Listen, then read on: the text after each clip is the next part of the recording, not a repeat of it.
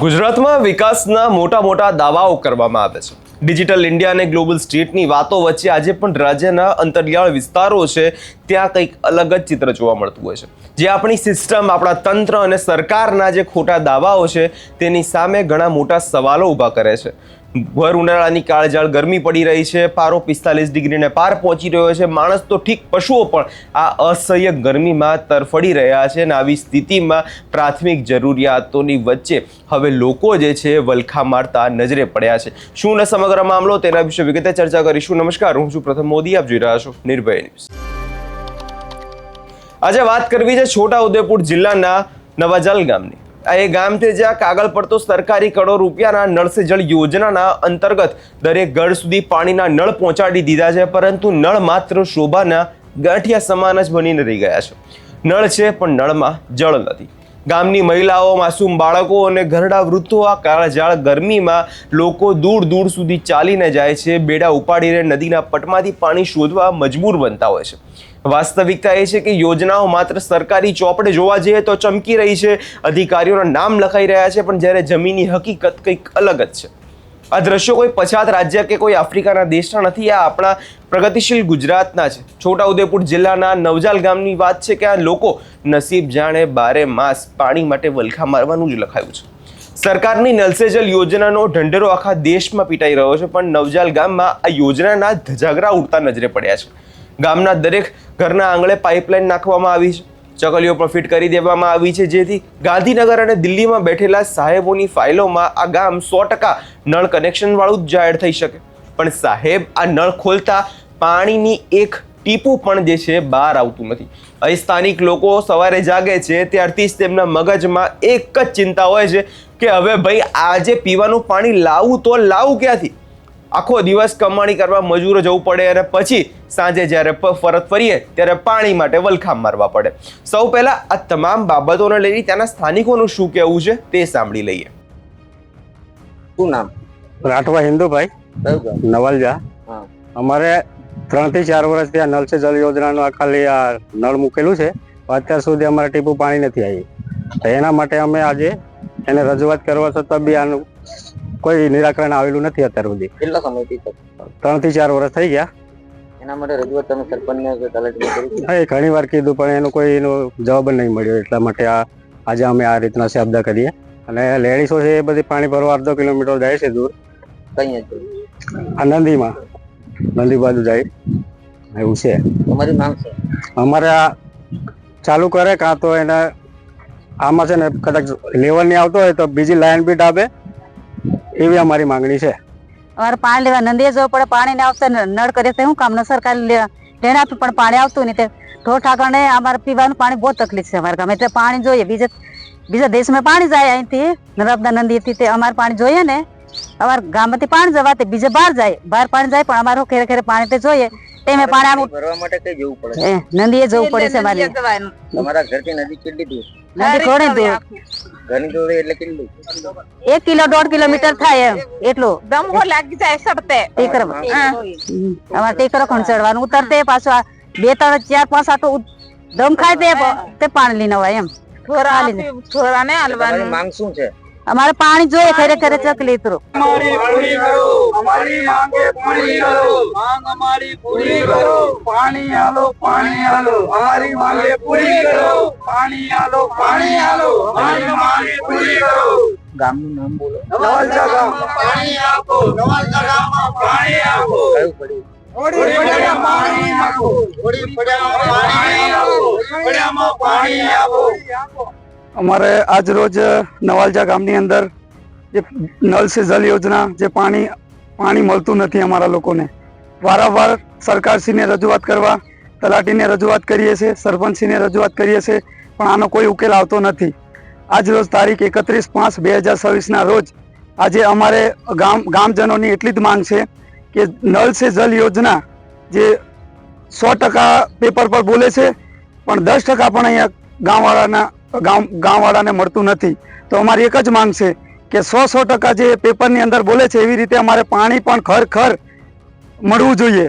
અને આવનારા ટાઈમમાં જો આ સરકારશ્રીને કે ગામજનો બધા વતી સરકારશ્રીને અમે રજૂઆત કરી જ છે, છતાં બી આનો કોઈ ઉકેલ આવેલ નથી. તો અમારી હજુ એવી અમારી માંગ છે કે આના પર કાયદેસર પાણી ખરેખર મળવા જોઈએ અને પાણી આવનારા ટાઈમમાં ના મળે તો અમે ઉગ્ર આંદોલન કરશું. જે હાપેશ્વરથી લઈને ઠેઠ દાહોદ ગોધરા સુધી પાણી જાય છે તો અમારા નવાલજા ગામની અંદર કેમ મળતું નથી? અમારો એક જ એ છે કે અમારે જે લાઈનો ડાબીને અમારા તળિયાની નીચેથી એ પાણી લોકો દાહોદ સુધી પહોંચાડે છે તો અમારા નવાલજા ગામની અંદર ખરેખર નળ સે જલ યોજના મૂકેલ છે અને એમાં સરકાર ફંડ આપેલો છે તો અમને મળતું કેમ નથી? તો આવનારા ટાઈમમાં જો અમને પાણીની સવલત પૂરી ના પાડે નવાલજા ગામની અંદર તો અમે બધા ગામજનો અને સરપંચી તલાટી સાહેબને અને બધાને આગળ લઈને સાંસદ સુધી બધા અમે આગળ જઈને અમે એક જ રજૂઆત કરશું કે અમને પાણી નહીં મળે તો અમે આ હાપેશ્વરથી જે દાહોદ ગોધરા સુધી જાય છે પાણી અમે જવા નહીં દઈએ અને એનો અમે ઉગ્ર આંદોલન કરીશું. તમારી માંગ શું છે? અમારી માંગ એક જ છે કે અમારા નળ સે જલ યોજના અમને ઘર દીઠ પાણી 100% પૂરું મળવા જોઈએ. અમારે આજ રોજ નવાલજા ગામની અંદર જે નળ સે જલ યોજના જે પાણી મળતું નથી અમારા લોકોને વારંવાર સરકારશ્રીને રજૂઆત કરવા, તલાટીને રજૂઆત કરીએ છીએ, સરપંચશ્રીને રજૂઆત કરીએ છીએ પણ આનો કોઈ ઉકેલ આવતો નથી. આજ રોજ તારીખ 31/5/2026 રોજ આજે અમારે ગામજનોની એટલી જ માંગ છે કે નળ સે જલ યોજના જે 100% પેપર પર બોલે છે પણ 10% પણ અહીંયા ગામવાળાને મળતું નથી. તો અમારી એક જ માંગ છે કે 100% જે પેપરની અંદર બોલે છે એવી રીતે અમારે પાણી પણ ખરેખર મળવું જોઈએ. અને આવનારા ટાઈમમાં જો આ સરકારશ્રીને કે ગામજનો બધા વતી સરકારશ્રીને અમે રજૂઆત કરી જ છે છતાં બી આનો કોઈ ઉકેલ આવેલ નથી તો અમારી હજુ એવી અમારી માંગ છે કે આના પર કાયદેસર પાણી ખરેખર મળવા જોઈએ અને પાણી આવનારા ટાઈમમાં ના મળે તો અમે ઉગ્ર આંદોલન કરશું. જે હાપેશ્વરથી લઈને ઠેઠ દાહોદ ગોધરા સુધી પાણી જાય છે તો અમારા નવાલજા ગામની અંદર કેમ મળતું નથી? અમારો એક જ એ છે કે અમારે જે લાઈનો ડાબીને અમારા તળિયાની નીચેથી એ પાણી લોકો દાહોદ સુધી પહોંચાડે છે તો અમારા નવાલજા ગામની અંદર ખરેખર નળ સે જલ યોજના મૂકેલ છે અને એમાં સરકાર ફંડ આપેલો છે તો અમને મળતું કેમ નથી?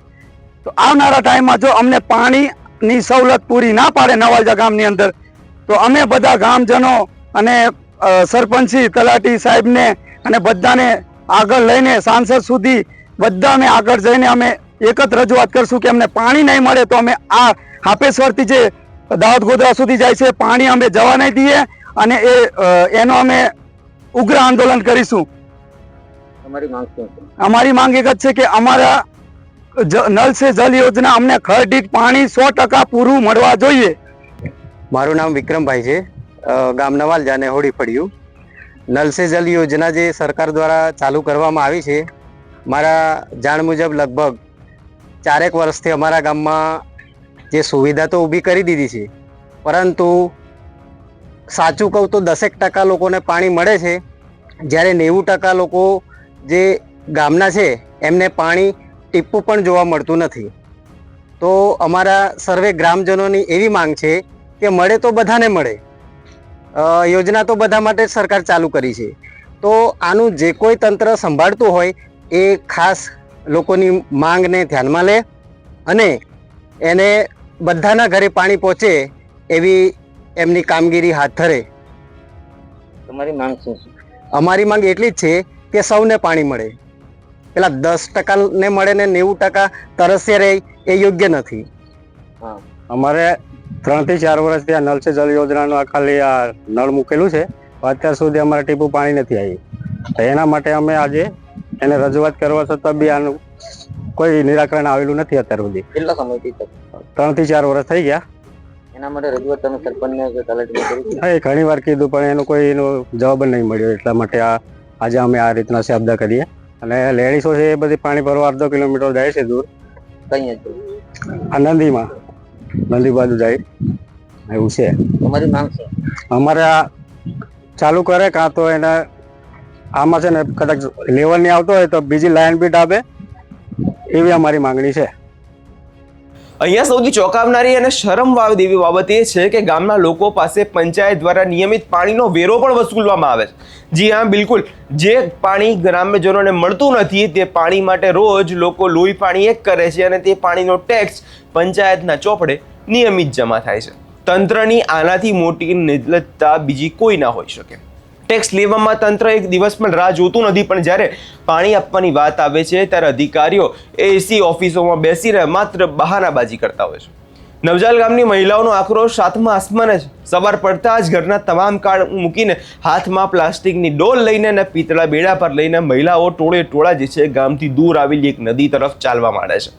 તે નદી પર આ ઉનાળામાં સુકાઈ ગઈ છે. નદીના પટમાં ખાડા ખોદીને ગંદુ અને ડોહળું પાણી ગાળીને મહિલાઓ પોતાના માસૂમ બાળકો અને ઘર ચલાવવા માટે લાવતી હોય છે. કેવી રીતે આ નાના જે બાળકો છે, ઘરડી માતાઓ છે અને ગોરખમ તાપમાં ખુલ્લા પગે પથરાળ રસ્તા પર ચાલીને પાણી ભરવા જઈ રહ્યા છે. આ ઉંમરે જે બાળકોના હાથમાં પેન પુસ્તક હોવા જોઈએ તે બાળકો આજે પાણીના કેરબા ઉપાડીને અત્યારે આમથી આમ જતા હોય છે. ઘરમાં રસોઈ નહીં થતી, પરિવાર તરસ્યો રહેશે. અને વાત માત્ર માણસો પૂરતી સીમિત નથી. ગ્રામીણ અંતર્ગત સૌથી મોટો આધારસ્તંભ એટલે કે તેમનું પશુધન છે. આ ગામના ખેડૂતો અને માલધારીઓ આજે મોટી સવાલો જે છે તેમની સામે ઊભા થઈ ગયા છે. પોતાના જ પશુઓ, ગાય ભેંસોને પાણી ક્યાંથી પીવડાવવું? માણસ તો ગમે તેમ કરીને નદીના ખાડામાંથી પાણી લાવી શકે, પણ આ અબોલા પશુઓ ક્યાં જશે? પાણીના અભાવે પશુઓ બીમાર પડી રહ્યા છે અને કેટલાક પશુઓના મોત થવાની પણ ભીતિ સેવાઈ રહી છે. જો આ પશુધન હવે નષ્ટ થઈ જશે તો ગરીબ આદિવાસી પરિવારો જીવશે કેવી રીતે? તેમનું ગુજરાન કેવી રીતે ચાલશે? આનો જવાબ છે આ કોઈ નેતાઓ પાસે? ગ્રામ્યજનોનો સીધો આક્ષેપ છે કે નલ સે જલ યોજનામાં માત્ર કાગળ પર જ આ યોજના એકદમ સફળ બતાવવામાં આવી છે. નેતાઓ સભાઓમાં અને સરકારી જાહેરાતોમાં કરોડો રૂપિયાના ખર્ચ બનેલી આ યોજના વાહવાઈ લૂંટવામાં આવે છે, પરંતુ અત્યારે આ યોજના માત્ર લોકો માટે ખાલી ત્રાસ બની રહી ગઈ છે. માત્ર લોકોના ઘરમાં નળ લાગ્યા છે પણ નળની અંદર પાણી નથી આવતા. હવે જોવાનું આગામી દિવસોમાં એ રહેશે કે આ જે વિકાસના દાવાઓ જે નેતાઓ ઠોકતા હોય છે, છોટાઉદેપુરના સાંસદ વાતો વિકાસની મોટી કરતા હોય છે, પરંતુ ખરેખરમાં તે વિસ્તારમાં અત્યારે પણ લોકોને પીવાના પાણીની પણ અત્યારે જે છે તકલીફ જોવા મળતી હોય છે. હવે આગામી દિવસોમાં એ રહેશે કે ખરેખરમાં લોકોની તકલીફ દૂર થાય છે કે કેમ. આ વિષયમાં તમારો શું અભિપ્રાય છે અમને કમેન્ટ કરી ચોક્કસથી જણાવજો. અમારી ચેનલ નિર્ભય ન્યૂઝને લાઇક, શેર અને સબસ્ક્રાઇબ કરવાનું ભૂલશો નહીં.